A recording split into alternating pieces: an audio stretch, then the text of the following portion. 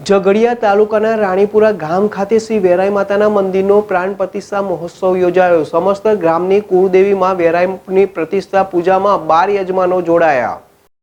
ભરૂચના ઝઘડિયા તાલુકાના રાણીપુરા ગામે 2 દિવસીય વેરાઈ માતાજી મંદિરનો પ્રાણ પ્રતિષ્ઠા મહોત્સવ યોજાયો હતો।